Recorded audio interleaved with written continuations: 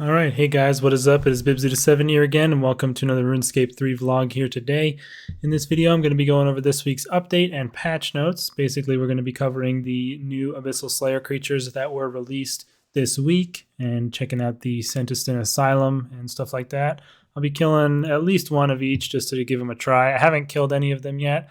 I know I am quite late with this video, but I did put a post on the community hub of my channel for the fact that I wasn't going to do it on the first day, and yesterday I was quite busy, and I mean it's pretty late tonight on Wednesday where I'm actually making this, but yeah, my apologies for that. I was just pretty put off and kind of disappointed with the amount of overcrowding that was taking place on the first day, which I mean it kind of makes sense that it would happen with a new Slayer creature with such powerful drops, but you know, I just wasn't really trying to go there and put down a cannon and deal with that whole competition aspect of it. So yeah, that's why I didn't do it on the first day, and then yesterday I was just quite busy and wasn't able to make the video. But yeah, I'm here now. I do have a Slayer task for the Abyssal Demons, which is what you need for these. They do take a regular Abyssal Demons Slayer task. There isn't a new one. And you do have, I think, a 10% increased chance of getting Abyssal Demons, or maybe it's just a 10% flat chance of getting them for the first, how long is it? First 2 weeks of this release, so this week and then the next. So that's pretty cool. But one thing that they actually did to combat that overcrowding issue was they set up an instanced, like a shared instance system for this area, and apparently they've done it for one other Slayer release in the past, but they didn't actually mention which one it was. I'm not sure where they've done this before. But basically, if there's more than 6 people in the dungeon at this point, they will create a new instance of the dungeon and put people in there. I'd heard the Invention Guild was the same way as this, which I'm not sure if that's true or not, but I definitely haven't really seen a whole lot of people in the Invention Guild at one time, so maybe that's the case. But yeah, I think it's a good solution for now, because I mean, having it just be super overcrowded and having to compete for them would not be fun. But they are going to be removing this instance system, I think they said on March 27th, so a good month after it comes out, which I think is good. It's probably something they might want to do for all new releases of this kind, because, you know, there's no real harm in it. I mean, obviously you don't see all the players that are actually trying to do the content when you're going there, but I mean, you'd rather not see every single player and while also not having to compete with them, I would think. But anyway, I'm sure you're all mostly familiar with Senntisten by this point, since it's Elder God Wars and everything, but either way, this is where it is. It's here in the top right of the Zekar area. Right here is where you enter Senntisten from the dig site, which is this. Is it this spot? Yeah, this is the entrance to it. If you go down here, you'll be here, and then you can just walk there. Or if you teleport with your Pontifex ring, it takes you to the cathedral. And yeah, this is just a small new area that was added. Previously, there was some debris and stuff that was blocking the way down here, but they've removed that, and now you can walk over here, and there's this elevator that takes you down into what is called the Senntisten Asylum.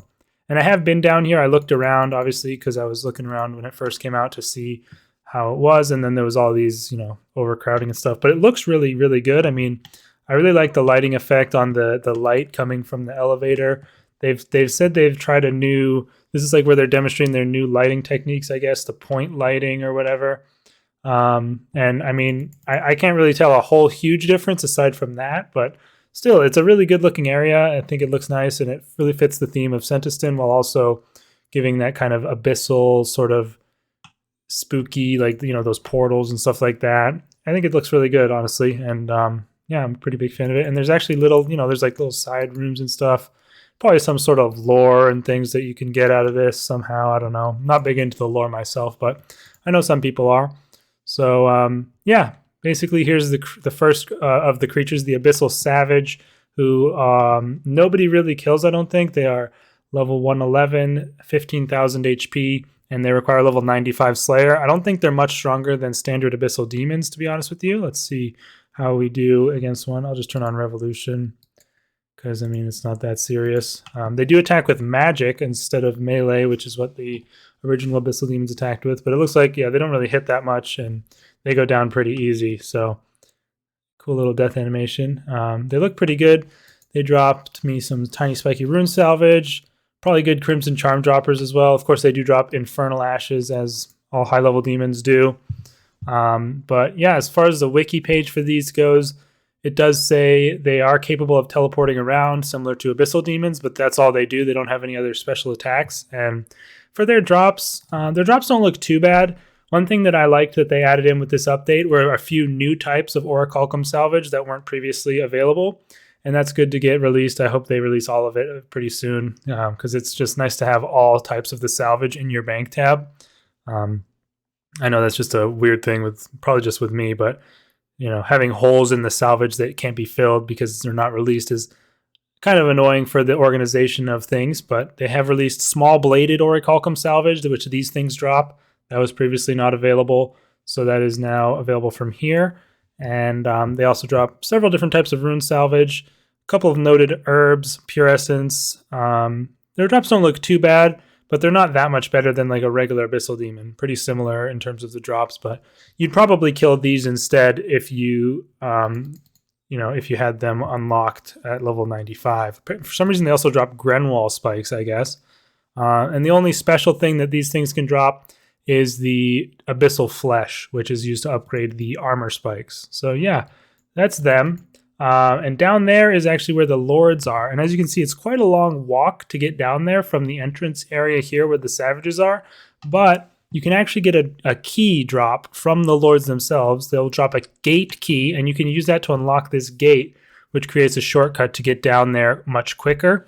I'm not sure the drop rate on that. I don't think it's too rare, but yeah, that is, you have to kill some to get that key first before you can go down or, take the quick route. And instead of having to go through these doors like you might think, you actually have to go up over this dirt mound. Looks pretty cool. Again, I like the environment of this place quite a bit. It is very, very nice. So let's head on down now to the second location. And these ones, as you can see, are a bit more populated. There's some people killing them. And this guy's using cannon. Really annoying. Oh, these ones are actually aggressive as well. They have 39k HP, so over double that of the other ones. They are weak to slash weapons, and these are the Abyssal Beasts, of course. They require level 105 Slayer to kill. They can also teleport like Abyssal Demons do, and they can also do a special attack, I guess, that deals melee damage and heals it. So I'm kind of wanting to see that if I can. I'm gonna try not kill it and see what this special attack is. And apparently you can avoid it. I'm interested. Let's check. I wonder if it's like Devil's Snares and the Vile Blooms where it goes off after a certain number of attacks. Looks like it's doing it now. Yeah. Okay, so that did 2 melee hits that were pretty high and then healed it for about 2k. Is it attacking with melee or magic right now? I'm not sure. It kind of looks like it's a melee attack. I'm just going to take my armor off. Maybe it'll actually hit me. Oh, it's doing the... So if I step out of the way, it still got me with that second melee hit. So I'm not too sure how dodging that works. Oh no, it does attack with melee. So these things always attack with melee, I guess. So let me wait and see if I can dodge this special attack. Okay, so here it comes. It heals really, really early. See, I didn't get the second melee hit there, I don't think. I don't know, pretty weird. Seems like it took quite a long time to go off the first time, so you probably won't ever really see it. You probably can kill them quick enough. But let's see, got some pure essence from them. So according to the wiki, these things have some pretty good drops. It's basically a similar... Can I get it to a place where they won't get me in here? It looks like a pretty similar drop table to the prior ones, the Savages, but just higher quantities. In fact, they might be the exact same. I'm not sure. Let me reopen that tab. Yeah, it looks like, I think that's the same list of herbs, but just you get 2 instead of 1. You get slightly more pure essence, higher quantities of salvage, and you don't actually you don't get any of the smaller, like the tiny salvages. And these things drop Onyx Bolts E occasionally, not a lot of them. So yeah. One thing that apparently these are very good for that I heard from my friend Nuznuz, you guys might know him. He obviously makes videos as well. I'm sure most of you are subbed to him as well. But apparently these are actually really, really good for farming elite clues. They might be the new best elite clue monster. He compared them to hellhounds in terms of their elite clue drop rate, which is crazy. Previously to now, I think most people did manifest shadows in the player-owned dungeon, And that required quite an extensive setup to get them in there to begin with. And then you kind of needed like Vampirism Scrimshaw and stuff like that to sustain yourself. And, you know, of course, aggro pots and stuff like that. These things are already aggressive and they have a better drop rate, I think, than the Manifest Shadows. And hard to know if they're easier to like AFK, but I mean, I think either way, they're definitely going to be better because they have far, far better drops than those Manifest Shadows do. Those things don't have very good normal drops at all, and these things have some really, really, really good stuff. So I'm pretty happy to see that.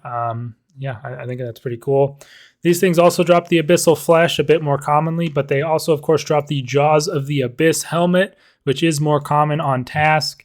You can get that, and that's the thing that makes your adrenaline gain higher based on the number of bleeds on your target. So yeah, I don't think it's actually too expensive. I think it's 100 mil or something. Last time I checked, it could be higher, could be lower. But as you can see, I mean, this guy's just cannoning them. Looks like he's probably AFKing. So if something's going to be expensive, then people can AFK it. It's definitely not going to be expensive for long. So those are the first two. And then down here in the pit are the Abyssal Lords with this massive Abyss portal here, which looks absolutely sick. But yeah, these are the highest level ones, which are level 115. And you kind of, apparently you really do want a cannon for killing these, mostly because of the fact that they spawn little tentacle minions that would be annoying to kill otherwise, because they don't even die if you kill the Lord itself. These things have 74k HP, and they're actually weak to arrows, which is interesting. I don't think anybody really uses range much, but these things have much better drops than the others. They drop 10 of the same. They drop the same list of herbs, but they drop 10 instead of 1 or 2. And they also drop from 263 to 343 noted pure essence, which is quite good. They drop mud and soul runes, low quantities of soul runes. They drop Zamorak wines, which is pretty good. And these things also had a new type of salvage included with them, which is the small spiky orichalcum. So 2 new types of orichalcum salvage introduced with these this dungeon, which is nice. I think there's still quite a bit missing. Let me check here. Yeah, there's still 1, 2, 3, 4, 5, 6, 7, 8 different types of orichalcum salvage yet to be released. So we still got a ways to go before all that comes out, I'm sure. But yeah, these things are pretty good. They're pretty cool looking. Let's go ahead and try kill one here. I mean, they're supposed to be dangerous. We'll see. I can't even seem to hit it immediately, although I am on task. Ouch. Yeah, that kind of hurts. All right. So definitely they attack very quickly, I notice. And here's a little tentacle. Apparently there's a glitch with these tentacles where their attacks go through your devotion prayer if it's active. I saw that on Reddit that they're going to be hopefully fixing that. I'm going to try and just kill this one for the video. If I can. I mean, Jesus, spawning a lot of these tentacles. It's a bit difficult without the cannon there, and I am splashing like crazy, even though I am on task. And one thing that's interesting to note that you'll see from this, and something I forgot to mention for the hounds or whatever, those actually counted for 2 kill count on my Slayer task, which is something I don't think they've ever done before. And brewing down my stats. I don't want to waste an overload just for 1 kill. Okay, that'll kill it. So yeah, quite a tough thing to kill there, especially when you're not prepared. But there you go. I got pure essence, a lot of pure essence. This is going to be really good for irons and stuff. Cool spawn animation too. But yeah, that is those things, and they do hit quite hard. Definitely need to be like this guy. Let me see, what's he wearing? Yeah, like he has Acto and Sea Singers, probably using Animate Dead and all that. Penance Aura. So you can't just, I mean, you definitely get hit quite hard here. And he even has, I mean, he has the cannon obviously for the tentacles, so they are a bit dangerous. You gotta be careful. Let me see. I don't know if they have any actual special attacks aside from, oh, they always inflict damage when they teleport, regardless of armor. So that's interesting. Yep, the tentacles are spawned, and I think, yeah, that is it. So they have a regular magic attack, a teleport, which always hits, and spawn the tentacles. And yeah, they actually always drop the Abyssal Flesh. The other 2 You can only sometimes drop it. If you're on task, these will always drop the Abyssal Flesh. If you're off task, they will not. And of course, they also drop the new tier 92 whip, the Abyssal Scourge, which Jagex put in the GE price of at 1 bill, but it is way, way less than that. I think it's like 200 mil, maybe less. I don't even know. But yeah, the Abyssal Scourge, of course, has this parasite stacking passive effect that I've talked about already. So I'll definitely upload or I'll link a video in the description where I talked about the rewards when they were first revealed, because in that video I definitely go more in depth on these. But one thing that was, of course, found out with this is that the stacks actually go all the way up to 50. So the stacks go really, really high with these with this bleed effect. And once you're at maximum stacks, it hits. Well, let me just calc. There is a range of the damage that the bleed hits will do. But at 50 stacks, let me see, it will do an average of 1250 damage per hit. And I think it goes off every tick, right? Let me see. Abyssal stack of parasites deals 18 to 31 bleed damage per stack up to 50 stacks. And it doesn't say how often, does it? Okay, the target will take damage every 1.8 seconds. So it'll only take that damage every global cooldown. But still, that's just a free 1250 damage extra every global cooldown for using the whip effect if you get it to maximum stacks. So that is quite a bit. And then one thing that's also actually been changed since they released the reward details, although the target that if the target dies with the stacks on it, it will still explode and spread half the stacks to other targets nearby. It will not aggro those targets like it was previously said it would do. Apparently, they weren't able to get that to work properly, and they haven't made it so that they get attacked. They attack you, like they get aggressive onto you if they get hit with that explosion. So can't be used for that. But they said they might try to get that to work in the future if they can, but it wasn't able to get done for this. So I think the consensus on the helm and the whip is they're pretty nice, but they're not enough to make melee relevant at all, really, as far as I understand it. And I think the helm is definitely stronger than the whip. I don't know. People are kind of split on how good the whip is. I haven't really seen much testing on it or anything like that, but 1250 damage extra per ability. Basically, you can consider it like that, of course, because per global cooldown, every time you use an ability, it's basically like adding 1250 damage to it if you are using this this Abyssal Scourge. And you can still, of course, switch to two-hand for cleave and for your Trim Masterwork Spear bleeds, and then switch back and still keep the stacks, because the stacks do stick around for 9 seconds. So you can do, a couple abilities before you have to apply another stack to keep the refreshed duration. So yeah, I mean, overall, I think it's a really cool update. I really like the new monsters, and of course, with new weapons and items and stuff like that, nobody really knows how good they are until they get tested a bit more for a little while. So we'll have to wait and see if anyone finds really, really good ways to use them, or if they're really good in certain niche scenarios or anything. But overall, I think it's good. I'm glad they quickly reacted to the overcrowding and created this instance system. That's quite nice. Definitely a big difference there.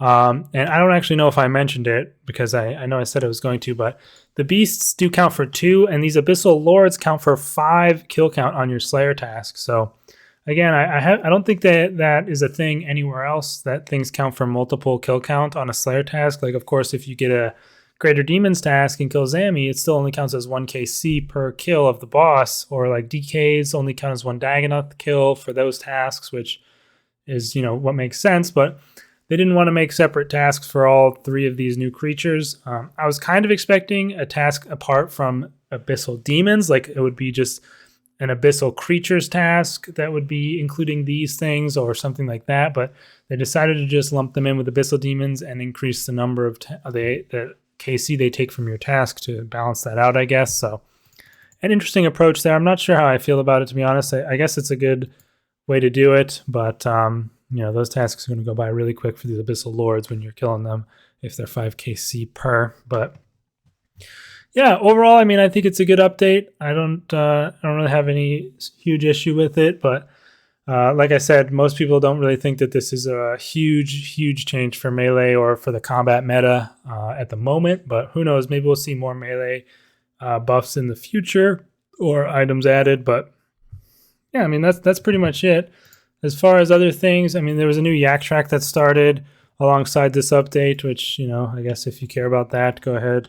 One thing that's actually really good that they did change with this yak track, which I was really happy to see, is every single task now has the second option as just skill and kill. So even if you're not going out of your way to do the yak track at all and you're just playing the game, you'll still slowly get progress on it always. Previously, there were several tasks along the way that required, you know, it was either do agility or do some other specific thing. There was a few tasks, or quite a few tasks in there that had that.